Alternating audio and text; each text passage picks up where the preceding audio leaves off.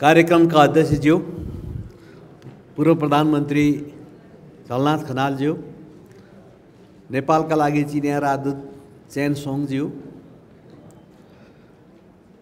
चीन र नेपालबाट यहाँ उपस्थित हुनुभएका प्रबुद्ध वर्ग, मिडियाकर्मी साथीहरू र उपस्थित महिला तथा सज्जनवृन्द, BRI meets Nepal of Prosperous Future of Nepal-China Cooperation विषयक काठमाडौँ डायलग नामक संवाद कार्यक्रममा सहभागी हुन पाउँदा खुसी लागेको छ। काठमाडौँ डायलग सिरिज अन्तर्गतको पहिलो छलफल कार्यक्रमले नेपाल-चीन सम्बन्धका नयाँ सम्बन्धहरूको खोजी गर्न महत्त्वपूर्ण अवसर प्रदान गर्ने विश्वास लिएको छु।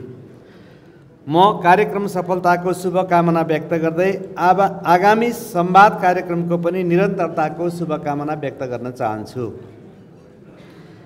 नेपाल र जनवादी गणतन्त्र चीन बीच कूटनीतिक सम्बन्ध स्थापना भएको 70औं वार्षिक उत्सव मनाइरहँदा आयोजना भएको यो कार्यक्रमको महत्त्व थप बढेर गएको महसुस भएको छ। यस संवाद कार्यक्रममा उच्च राजनीतिक व्यक्तित्व, कूटनीतिज्ञ, व्यवसायी, शिक्षाविद, सञ्चारकर्मी लगायत विभिन्न प्रबुद्ध व्यक्तित्वहरूको उपस्थितिले यसको गरिमा बढाउनुको साथै यसको राम्रो समीक्षा भएर नेपालले बढीभन्दा बढी लाभान्वित हुने निष्कर्ष निकाल्ने मैले आशा गरेको छु। हाम्रा दुई देशबीच विद्यमान आर्थिक, सामाजिक, सांस्कृतिक सम्बन्धलाई थप प्रगाढ तुल्याउन आजको कार्यक्रमले उल्लेखनीय भूमिका निर्वाह गर्ने कुरामा म विश्वस्त रहेको छु। नेपाल र चीन बीच सदियौं पुरानो एवं निकट मित्रवत र सहयोगात्मक सम्बन्ध रहिआएको छ। हाम्रो सम्बन्ध गहिरो, सद्भावपूर्ण र बहुआयामिक छ, जुन आपसी विश्वासको बलियो जगमा निर्माण भएको छ। भौगोलिक र सांस्कृतिक समानताहरूका साथै जनस्तरको सम्बन्धले हाम्रो द्विपक्षीय सम्बन्धलाई थप मजबुत पार्दै लगेको छ। 7 दशक अघि सन् 1955 मा कूटनीतिक सम्बन्ध स्थापना भए यता नेपाल चीन बीचको मैत्रीपूर्ण सम्बन्ध निरन्तर विकसित र सुदृढ हुँदै आइरहेको छ। शान्तिपूर्ण सहअस्तित्वका 5 सिद्धान्तहरू अर्थात् पञ्चशीलद्वारा निर्देशित हाम्रो द्विपक्षीय सम्बन्ध असल छिमेकीपन, आपसी साझेदारी र सम्मानका साथै अन्तर्राष्ट्रिय मूल्य र मान्यतामा आधारित रहेको छ। हामी बीचको यस्तो सुमधुर सम्बन्धलाई थप सुदृढ र घनीभूत तुल्याउँदै लैजान हामी सदा तत्पर रहँदै आएका छौँ। एक चीन सिद्धान्तलाई दृढतापूर्वक पालना गर्नुका साथै यसप्रतिको नेपालको प्रतिबद्धता बलियो रहिआएको कुरा म स्पष्ट पार्न चाहन्छु। चीन विगत लामो समयदेखि नेपालको एक भरपर्दो महत्त्वपूर्ण विकास साझेदार मुलुकको रूपमा रहिआएको छ।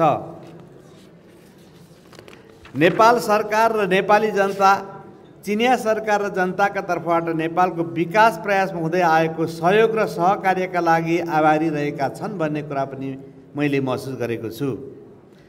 नेपाल र चीनको ऐतिहासिक सम्बन्ध आपसी विश्वास, समझदारी र मैत्रीपूर्ण सहकार्यमा आधारित छ। Belt and road initiatives BRI मार्फत दुवै देशबीचको सहकार्य अझै मजबुत हुँदै गएको छ।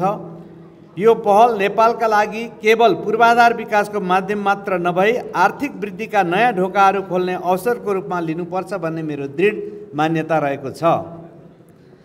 नेपाल आफ्नो भौगोलिक अवस्थालाई उपयोग गर्दै ट्रान्जिट हबको रूपमा स्थापित हुन सक्दछ। यसका लागि दुवै देशबीच भौतिक पूर्वाधार विकास, सडक, रेलमार्ग, ऊर्जा, सूचना प्रविधि तथा व्यापारिक सहकार्यलाई प्रवर्धन गर्नुपर्ने आवश्यकता छ। नेपाल चीन सम्बन्ध केवल व्यावसायिक वा आर्थिक सहयोगमा सीमित छैन, यसले सांस्कृतिक, शैक्षिक तथा प्राविधिक हस्तान्तरणका क्षेत्रमा पनि उल्लेखनीय योगदान पुर्याउन सक्दछ। नेपालको दिगो विकासका लागि चीनसँगको सहकार्यलाई अझ प्रभावकारी बनाउँदै पारस्परिक हितका क्षेत्रमा थप लगानी गर्न आवश्यक छ। हामीले नेपालमा रहेका लगानी सम्भावनाहरूलाई सही रूपमा पहिचान गरी BRI अन्तर्गत नयाँ परियोजनाहरूलाई प्राथमिकता दिनुपर्दछ। यस प्रकारको संवाद कार्यक्रमले नेपाल चीन सम्बन्धलाई अझ सुदृढ बनाउने, द्विपक्षीय सहकार्यलाई नयाँ उचाइमा पुर्याउने र साझा समृद्धिको दिशामा अग्रसर गराउने अपेक्षा लिन सकिन्छ। म foundation for peace development and सोसियलिजमलाई धन्यवाद दिन चाहन्छु, जसले यो महत्त्वपूर्ण विषयमा एउटा बहसको वातावरण सिर्जना गरेको छ र अध्ययन र विश्लेषण गरेर यसलाई कार्यान्वयनमा सहयोग पुर्याउने कुरामा म विश्वास राख्दछु। असल मित्र र निकट छिमेकीको रूपमा नेपालले चीनको प्रगतिमा गौरव